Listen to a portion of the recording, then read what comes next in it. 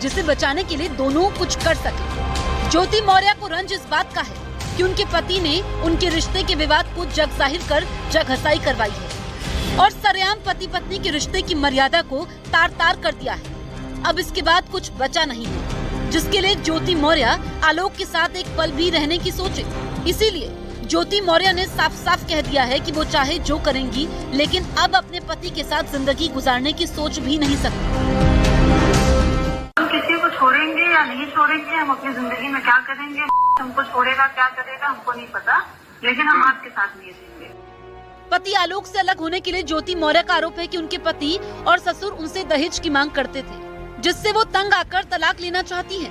ऐसे में ज्योति मौर्य के आरोपों की सच्चाई जानने के लिए हम उस गांव पहुंचे, जहां ज्योति मौर्य ब्याह कर लाई गई थी।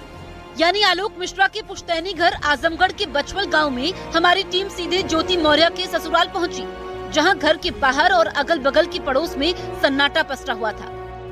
ज्योति मौर्य और आलोक मौर्य का विवाद लगातार गहराता जा रहा है, लिहाजा हम पहुंच गए हैं आजमगढ़ जिले के गांव बचवल में। बचवल गांव आलोक मौर्य का गांव है, यानी ये इसी घर से, जो मेरे पीछे आप देख पा रहे हैं, इसी घर से बारात गई थी आलोक मौर्य की और ज्योति मौर्य के घर पे।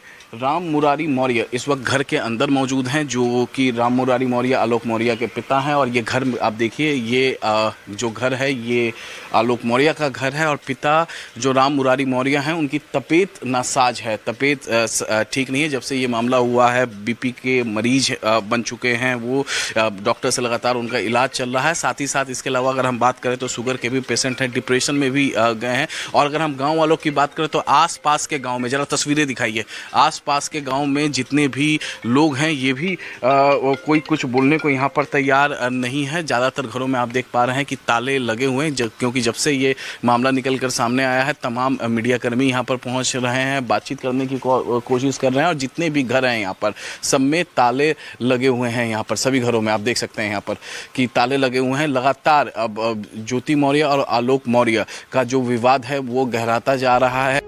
वहां पहुंचकर हमें पता चला कि ज्योति मौर्य के ससुर राम मुरारी मौर्य को जब से बेटे और बहू के बीच रिश्ते बिगड़ने की बात पता चली है, तब से उनकी तबीयत बिगड़ गई है।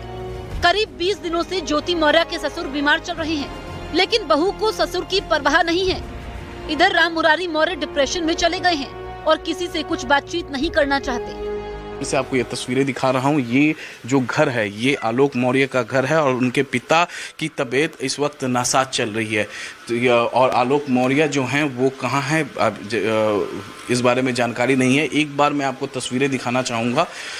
यहाँ पर इसी कमरे में जो हैं राम मुरारी मौर्य, जो आलोक मौर्य के पिता हैं, वो सोए हुए हैं। एक बार हम बातचीत करने की कोशिश करते हैं। क्या आप कुछ बात कर पाएंगे?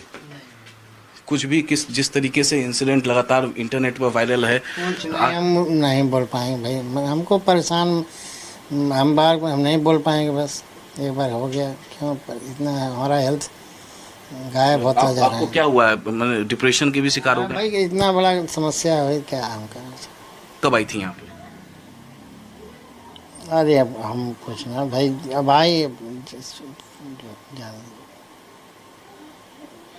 तो फिलहाल ये बात करने की स्थिति में नहीं है। देख पा रहे हैं कि तबीयत नासाज है, दवाइयाँ उनकी यहाँ पर रखी हुई है। लगातार जब से ये मामला निकलकर सामने आया, ज्योति मौर्य ने जो तमाम आरोप लगाए, उन आरोपों के बाद इनकी तबीयत यहाँ पर बिगड़ गई है। ये ज्योति मौर्य के ससुर पहले तो हमसे बात करने को तैयार नहीं हुए, लेकिन थोड़ी देर बाद वो अपनी बहू की करतूत पर रो पड़े। रोइए मत, एकदम हौसला। तकलीफ आंसू से नहीं गिरता, जब हैंडल कर रोने से शांति आ जाती है। पहले तो गर्मी में मत बैठिए यहाँ पे, गर्मी में इतना काफी ना, जब वहाँ बैठते हैं नहीं। आंसू पोछिए। तो ज्योति मौर्य और आलोक मौर्य के बीच विवाद की चर्चा देश भर में हो रही है। उत्तर प्रदेश के बरेली के कॉलेज के छात्रों की इस पर क्या